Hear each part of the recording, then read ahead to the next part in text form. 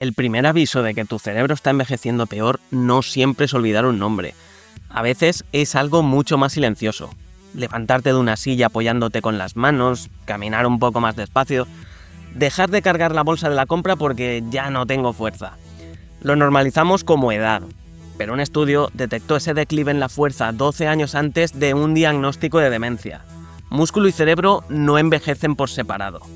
Hoy te enseño por qué entrenar la fuerza puede ser una de las mejores inversiones para tu cerebro. Y al final veremos el plan más sencillo que la ciencia respalda. Bienvenidos a Neurocultivo. ¡Empezamos! Todo esto cambia una idea muy extendida. Entrenar fuerza no es solo para verse mejor, levantar más kilos o evitar caídas. Puede ser una de las herramientas más potentes que tenemos para conservar la función física y posiblemente proteger ciertos aspectos de la salud cerebral. Posiblemente, quiero remarcarlo, porque no te voy a vender la moto de que una sentadilla cura el Alzheimer. Vamos a ver qué dice la ciencia acerca de esta relación cerebro-músculo. Y es que sabemos que el cerebro es el centro de control de todo nuestro cuerpo. Pero el músculo no es un actor pasivo que solo recibe órdenes. Y es que es también una central eléctrica, una fábrica de señales y un sistema de reserva. Cuando deja de funcionar, lo nota todo nuestro sistema. Y aquí viene el primer dato incómodo. Un trabajo que siguió grandes cohortes de Estados Unidos y Europa en 2025 ya observó que la fuerza muscular y la velocidad de la marcha de las personas que más tarde recibían un diagnóstico de demencia ya se notaban 12 y 13 años antes. 12 años. Antes de que el problema tenga nombre, la maquinaria del movimiento puede estar cambiando. Pero no confundamos una señal con una sentencia. Pero tener poco agarre o caminar despacio no significa que vayas a desarrollar demencia. Puede reflejar dolor, enfermedad, inactividad, medicación, 1000 cosas más. Pero también puede ocurrir lo contrario. Una enfermedad cerebral silenciosa puede hacer que te muevas peor. La relación va en los dos sentidos. Lo interesante es que los estudios genéticos incluidos en las fuentes van en la misma dirección. La masa muscular y la velocidad de marcha se relacionan con el rendimiento cognitivo. No prueban que hacer bíceps te dé una memoria sobrehumana. Lo que sugieren es algo más sutil. Mantener músculo y capacidad de moverte no es solo un detallito estético en la vejez sin más implicaciones. Es parte del terreno sobre el que se sostiene la función cerebral. Pero espera, porque ahora viene el estudio estrella. Un equipo siguió a 309 adultos sanos de entre 62 y 70 años y los repartieron al azar en 3 grupos. Uno hizo fuerza pesada supervisada 3 veces por semana. Otro, una versión de intensidad más moderada, con una sesión supervisada y otras 2 en casa. Y por último, un tercer grupo que mantuvo su actividad habitual sin ese programa de ejercicio. Durante el estudio hicieron resonancias mientras los participantes estaban en reposo. Y después, un modelo informático comparó el patrón de comunicación entre regiones del cerebro con el de 2.433 adultos sanos. Imagina un mecánico que no abre el motor, sino que escucha cómo trabajan todas las piezas juntas. Con ese sonido estima si el motor parece más nuevo o más gastado que el de los coches de la misma edad. Eso, absurdamente simplificado, es un reloj de edad cerebral. Y es que no mide las velas de tu tarta. Estima si la forma en que se coordinan tus redes cerebrales se parece a la de alguien algo más joven o algo mayor. La edad biológica versus la edad cronológica. Y bueno, tras un año, los 2 grupos de entrenamiento mostraron una reducción de esa edad cerebral estimada de alrededor de 1,4 años. Y en el seguimiento de los 2 años, la reducción llegó a 1,85 años en el grupo de fuerza pesada y a 2,26 años en el de la intensidad moderada. En el grupo que no entrenó, los cambios no fueron estadísticamente significativos.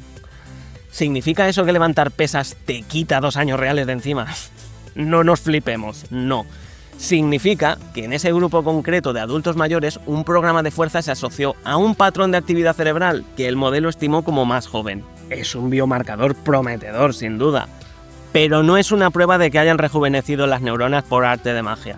De hecho, el propio estudio tiene limitaciones importantes. Se hizo en adultos sanos de un entorno europeo con buenos recursos, no en toda la población. El modelo de edad cerebral tiene margen de error.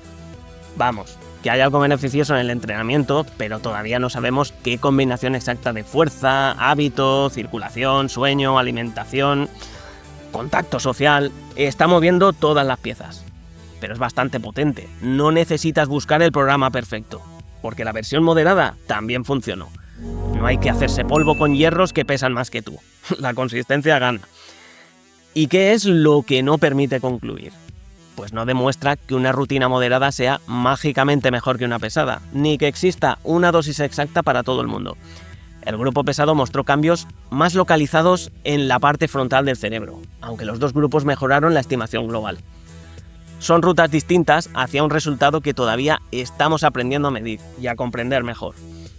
Eso es una buena noticia si llevas años sin entrenar. No tienes que empezar intentando mover rápido una carga que aún no controlas. Simplemente con el tiempo, y si tu situación lo permite, puedes aumentar la resistencia o incorporar movimientos más ágiles. Sí, movimientos ágiles, con estas caderas. ¿Pero por qué demonios sigo viendo este video? La ciencia que hay detrás de esto premia un estímulo que tu cuerpo pueda repetir, pueda asimilar, pueda sostener en el tiempo. ¿Y de qué forma un músculo habla con el cerebro? Cada vez que contraes un músculo con suficiente esfuerzo, no solo gastas energía, también envías mensajes por la sangre. Es como si una fábrica que estaba apagada empezara a enviar piezas de reparación y avisos de mantenimiento al centro de control. Y espera, porque el segundo ensayo estrella de este mismo 2026 se hizo con 103 adultos mayores que vivían de forma independiente. Y durante 16 semanas entrenaron 3 días por semana, sesiones de unos 60 minutos. Unos trabajaron con bandas elásticas y otros en el agua. Además, unos recibieron creatina y otros un placebo, sin saber cuál tomaban. ¿Y qué midieron? El estudio midió fuerza, capacidad para levantarse, caminar, calidad de vida y una prueba mental sencilla que exige mantener la atención y cambiar de reglas sin perderse. También analizó varias señales en sangre relacionadas con la adaptación al ejercicio, el daño oxidativo y la inflamación. Los grupos que entrenaron mejoraron su fuerza, su función física y esa prueba de flexibilidad mental frente a los controles. Y aparecieron cambios en sangre compatibles con un entorno más favorable para la adaptación. Subió una proteína relacionada con la plasticidad del sistema nervioso entre un 8 y un 14% en los grupos de ejercicio, mientras que en los grupos de control bajaron entre un 4 y un 6. También descendieron marcadores de desgaste químico y señales inflamatorias en los grupos que entrenaron. Piensa en ello como una cocina. Generar energía siempre deja humo. El problema no es que haya humo, el problema es no tener campana extractora. El entrenamiento parece mejorar parte de ese sistema de limpieza de adaptación, pero cuidado, una señal en sangre no es una foto directa de lo que ocurre dentro de cada neurona. Es una pista, no una cámara secreta dentro del cerebro. Y hay otro detalle muy útil. El estudio comparó bandas elásticas y trabajo en el agua. Ambos funcionaron. El agua mostró cambios mayores en algunos marcadores sanguíneos y pruebas funcionales. Las bandas destacaron más en fuerza de la parte superior del cuerpo. No hay un ganador universal, hay una conclusión más liberadora. Y es que el equipo no es la barrera. Si un gimnasio te da pereza, puedes empezar con las bandas. Si te duelen las articulaciones y un profesional considera que es apropiado, el agua puede ser una opción. Y es que el mejor método es el que puedes hacer con buena técnica durante meses, no el que te entusiasma 3 días. Y vamos a pasar con la creatina. En ese ensayo los participantes tomaron 3 gramos al día, y junto al entrenamiento, algunos resultados de fuerza, función y señales de adaptación fueron mejores que con ejercicio y placebo. Pero el estudio no demuestra que la creatina sea una pastilla para rejuvenecer el cerebro. Aunque una revisión sistemática sobre creatina y cognición en mayores encontró 6 estudios con 1.542 personas en total. 2 eran intervenciones y 4 observacionales. 5 observaron una relación positiva, sobre todo en memoria y atención, aunque hay que señalar que la calidad metodológica fue desigual, y los 2 estudios de intervención dieron resultados que no encajaban del todo entre sí. La lectura honesta es que la creatina puede ser un complemento razonable en ciertos contextos, pero la evidencia para mejorar la cognición por sí sola sigue siendo insuficiente. Como experiencia personal, sí puedo decir que lo noto y la tomo a diario, desde hace no sé cuánto tiempo ya. No sabría decir si este efecto positivo en la cognición lo recibo gracias a una reducción de la fatiga que favorece la creatina, pero el caso es que ciertamente lo noto. Pero lo que está claro es que primero está el entrenamiento. Después, si procede y un profesional considera que es compatible, se valora el suplemento. Vamos ahora a explorar cómo podemos poner esto en práctica sin convertirlo en una rutina clínica para todo el mundo. Aviso, yo no soy médico, Este vídeo tiene fines informativos, apoyado en estudios y divulgo mi experiencia como apasionado de la salud y la neurociencia. Consulta siempre con un profesional de salud antes de realizar cambios en tu rutina. Las guías recientes del American College of Sports Medicine insisten en una idea casi aburrida de lo sencilla que es. Trabajar los grupos musculares principales al menos 2 veces por semana importa más que perseguir una rutina perfecta. Pueden ser máquinas, mancuernas, bandas, peso corporal, ejercicios en casa. La herramienta secundaria, la adherencia y el esfuerzo bien ajustado son lo que manda. Para una persona sana que ya sabe ejecutar los movimientos, las guías describen para ganar fuerza 2 o 3 series de ejercicio con una carga exigente, alrededor del 80% del máximo que puedas levantar. Pero esa cifra no es una invitación a hacer cálculos raros ni a probar máximos en solitario. Es una manera técnica de decir: la resistencia debe costarte, pero debes poder moverla con control y sin que la técnica se desmorone, que luego vienen las lesiones. Así que, si empiezas desde cero, la misión las primeras semanas no es hacer movimientos explosivos, es aprender, sentarte y levantarte de una silla, empujar, tirar, subir un escalón, cargar algo de forma estable. Un profesional puede adaptar todo eso a bandas, máquinas o peso corporal. Cuando el gesto ya es seguro, la progresión puede ser muy simple. Un poco más de resistencia, una repetición más control. El ensayo de 16 semanas usó 3 sesiones semanales, con calentamiento, trabajo principal y vuelta a la calma, siempre supervisado. Eso no obliga a copiarlo al milímetro. Es el protocolo que permitió estudiar el efecto, no una receta universal.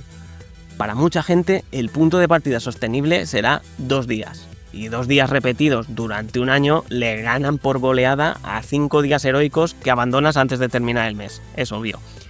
Hay una regla de oro: el músculo necesita estímulo, pero las articulaciones, el corazón y el equilibrio necesitan respeto. Si tienes dolor en el pecho, falta de aire desproporcionada, mareos, una lesión aguda, enfermedad no controlada o dudas importantes sobre tu capacidad para entrenar, no improvises.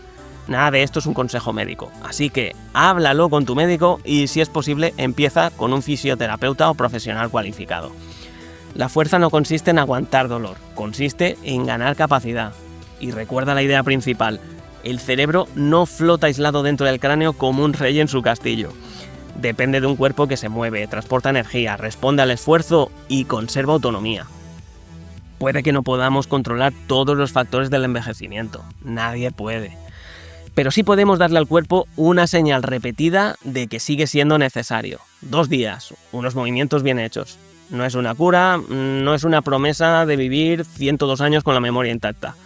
Es una inversión concreta en el músculo que te permite levantarte, caminar, cargar, reaccionar y seguir participando de tu vida de una manera más saludable y activa. Y lo que sí está claro es que ese músculo, cuando trabaja, también le envía un mensaje a tu cerebro.